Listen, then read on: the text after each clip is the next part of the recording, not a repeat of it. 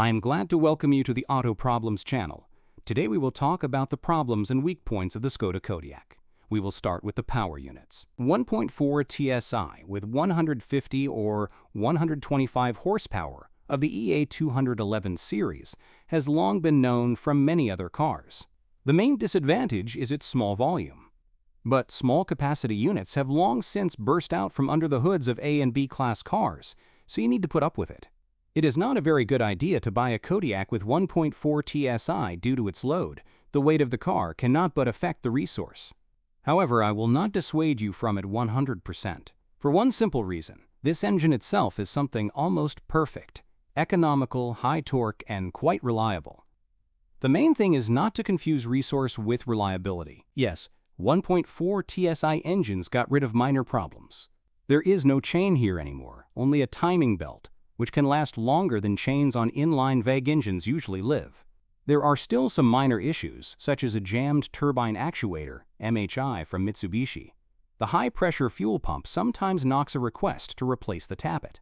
1.4 CZDA with 150 horsepower also noted the rattling of the flywheel when idling. Also a well-known VAG problem, which has existed for more than a decade, but as you know, this knocking usually does not lead to anything serious.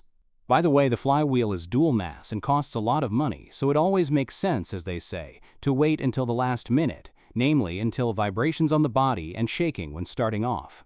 At the same time, for a buyer of a secondary Kodiaq, this knocking is an objective reason to ask the seller to dump it on the flywheel. As for oil consumption, such a question for VAG engines is inappropriate today.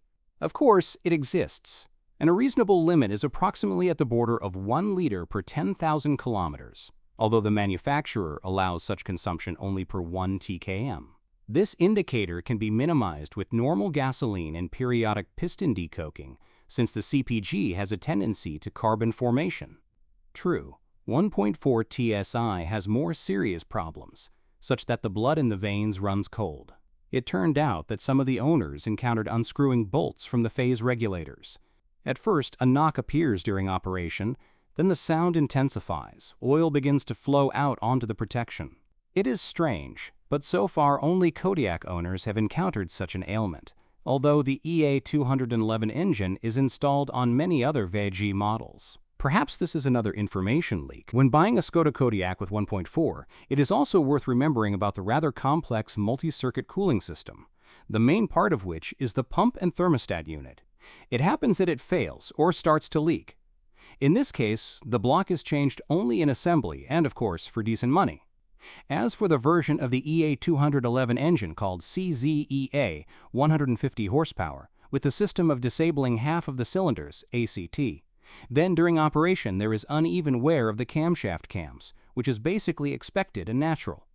All the money that you save on gasoline will go as an additional payment for replacing the camshafts. The Petrol 2.0 CZPAEA 888 series, 180 horsepower, is the least likely to be seen in warranty repairs for one simple reason. The Skoda Kodiaq with this engine is more expensive than all the others, so they are not bought that often. Naturally, it also has some weak points, for example, the chain. Although its resource was increased to 150,000 kilometers, you must agree that this is not enough to call it eternal. The most alarming cases in the latest generation of the EA888 GEN3B engine are the failures of the oil pump with a 2-stage pressure regulation system. Naturally, the hand of hunger for oil reaches the upper parts of the internal combustion engine in this case, primarily lifting the camshaft supports. The pump turned out to be unprepared for high operating temperatures. Over time, the housing warps and the antifreeze gets the will to freefall on the engine protection. Otherwise, the 2.0-liter TSI is relatively trouble-free and pleases with good and even traction and, unlike many other versions of the EA888, very moderate oil consumption. True, the diesel is still better. This is what we will talk about next. The 2.0 TDI unit with the DFGA index for 150 horsepower is an extremely well-thought-out modern engine. What is not here? A particulate filter complete with a catalytic converter, dual-circuit EGR, a turbine with variable geometry, an intercooler built into the intake manifold, and all this works as it should, giving its results in traction characteristics and fuel economy. The only thing that is not entirely clear is why they combined the vacuum and oil pump, so that in case of something, both the engine jam and an accident at once, or so that the entire module costs as much as half an engine? Although, in fact, the owners have not encountered any problems from this symbiosis yet. The turbine is also good news. This time, the manufacturer chose the Mahle company. After all, its resource is longer than that of Borg-Warner from the previous generation of diesel. The worst thing that has happened to the engine so far is a major overhaul due to a sudden break in the timing belt. Yes, the drive is belt. Basically, it all starts with an extraneous sound in the area of the corresponding mechanism. Many owners of diesel Kodiaqs have heard it, and usually after the first visit to the dealer, the belt with rollers is simply replaced with new ones. However, there are rare cases when something started knocking, and a little later the valves come to meet the pistons. The manufacturer has acknowledged the problem and promises not to do this anymore. There are many cases of oil leaks at the junction of the internal combustion engine and gearbox. The flywheel mounting bolts leak, or rather the burnt sealant, which acts as both a fixation and a gasket at the same time. Fortunately, in advanced cases, dealers obediently change the bolts under warranty for new ones, which over time begin to leak again. Oh, well, oil leaks are not the worst thing that can happen to an engine. With gearboxes, everything is simple. Either you trust only yourself, choosing a manual transmission, or you step over the stereotypes about the DSG problems and delegate the duties of changing speeds to the robot. With mechanics, in principle, everything is clear, and without explanations, there are no problems with it. But the DSG still causes some inconvenience. With a 1.4 TSI engine, you will have a wet DSG-DQ 250 with 6 speeds and 2 clutches in an oil bath. All that owners encounter in the first 200,000 kilometers is jolts when changing a number of gears, usually 2 to 3. In most cases, the kicks are treated with a banal change of firmware, which the VAG concern updates on a regular basis.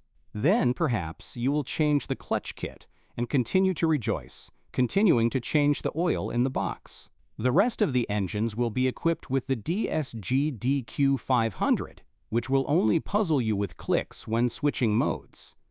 Fortunately, these sounds, as in the case of the DQ 250 kicking, do not lead to anything serious. As some representatives of the official Skoda dealership say, and you don't listen. And, of course, you should not forget about the sensitivity to the cleanliness of the oil. The lubricant is constantly filled with wear products of the clutch friction plates, and these particles sooner or later make themselves known. Drops hanging under the hood of the all-wheel drive Kodiaq can be seen not only on the engine and gearbox connector, but also on the angular gearbox. The transmission oil comes out at the junction of the housing halves. The reasons are different. Some talk about defective bolts. Some again blame the sealant, but the result is the same. Dealers also meekly change the gearbox, and the new unit is already without inherent problems. The connection of the rear wheels when the front ones slip is controlled by the Heldex clutch of Generation 5+. Under normal operation, it serves without fail. You just need to change the oil with the same frequency as in the robot, that is, every 30–40,000 kilometers. The weakest point of the chassis is the hub bearings. Up to 100,000 kilometers, they have to be buried one after another, especially in highway cars. All other chassis components can be called tenacious. At least nothing falls off before reasonable limits with a normal driving style. The least of all in the front, as usual, are the stabilizer struts, about 100,000 kilometers. The silent blocks of the levers can easily travel 150 to 200,000 kilometers. The rear of the Kodiaq is taken over by a multi-link suspension, major repairs of which should not be planned before 200,000 kilometers. But the steering system is a bit of a letdown. Many owners, even at low mileage, have encountered knocks from the front when driving over sharp bumps or when rocking the steering wheel from side to side. You can safely consider the steering rack, or more precisely the steering shaft bushing, to be the culprit of the drumbeat from the front. While the car is under warranty, dealers will do the replacement for free. In other cases, you have to look for steering system specialists. Fortunately, the unit is quite repairable, so you won't need a lot of money to return the piece in quiet. It happens that the rear brake discs wear unevenly. As you know, the culprit in such cases is usually poor quality pads. That's exactly what happened.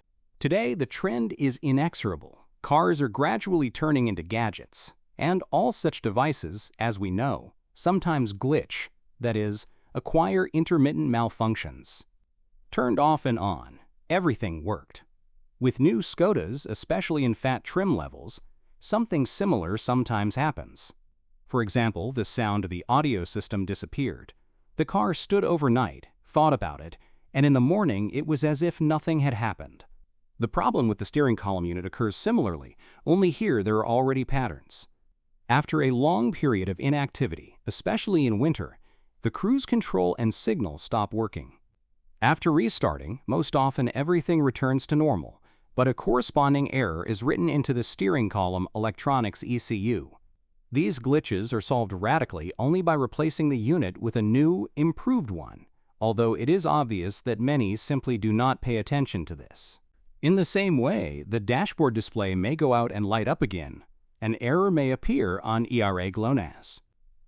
Sometimes the entire unit has to be replaced with ERA, which costs some ridiculous amount of money. The same thing can happen with the passenger airbag deactivation function and the blind spot monitoring system. The cases of completely unprovoked self-destruction of the rear window deservedly attracted the most attention. This is when you are simply standing next to the car, you understand that absolutely nothing is happening right now, and nothing threatens your car, but the Kodiaq's trunk glass just takes and crumbles. Glass defect. This is the main version of the cause of what is happening. Moreover, only cars with Sisicam glass have been observed to behave like this.